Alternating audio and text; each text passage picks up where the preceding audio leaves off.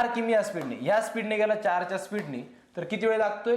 2 तास 2 our 45 minute. ठीक आहे. तर म्हणलं की जर का 16.5च्या वेगाने गेला तर किती वेळ लागेल? ठीक आहे. बघा ह्या ठिकाणचं हे सगळ्यांचं युनिट सेम पाहिजे. इथे तास करून ह्याने ते मिनिट करा. ऑप्शन सगळे मिनिटामध्ये दिले ना, याला मिनिट करा. 2 तास म्हणजे 120 मिनिट, 120 आणि 45 किती झालं? 165. मग या ठिकाणी डायरेक्ट 165 मिनिट लिहू का मी? कळलं? बघा याचं कन्वर्जन करून घेतलं, 2 तास 45 मिनिटाला मी एवढं म्हणतो. ठीक आहे. बघा 4च्या स्पीडने गेल्यावर एवढे वेळ लागतो, तर ह्या स्पीडने गेल्यावर किती वेळ लागेल? आता समचलन आहे का व्यस्त चलन आहे ते ओळखू. वेग वाढला तर वेळ कमी लागणार आहे. इकडची क्वांटिटी वाढवली, वेग वाढत वाढत जा, वेळ कमी कमी होत जाईल. वेग कमी कमी करत जा, स्पीड कमी कमी करत जा, वेळ जास्त जास्त लागत जाईल. म्हणजे एक क्वांटिटी कमी झाली दुसरी वाढती, एक कमी झाली दुसरी वाढती, उलट होतंय. म्हणजे व्यस्त चलन. व्यस्त चलन असल्यावर आपण आडवा गुणाकार करत असतो.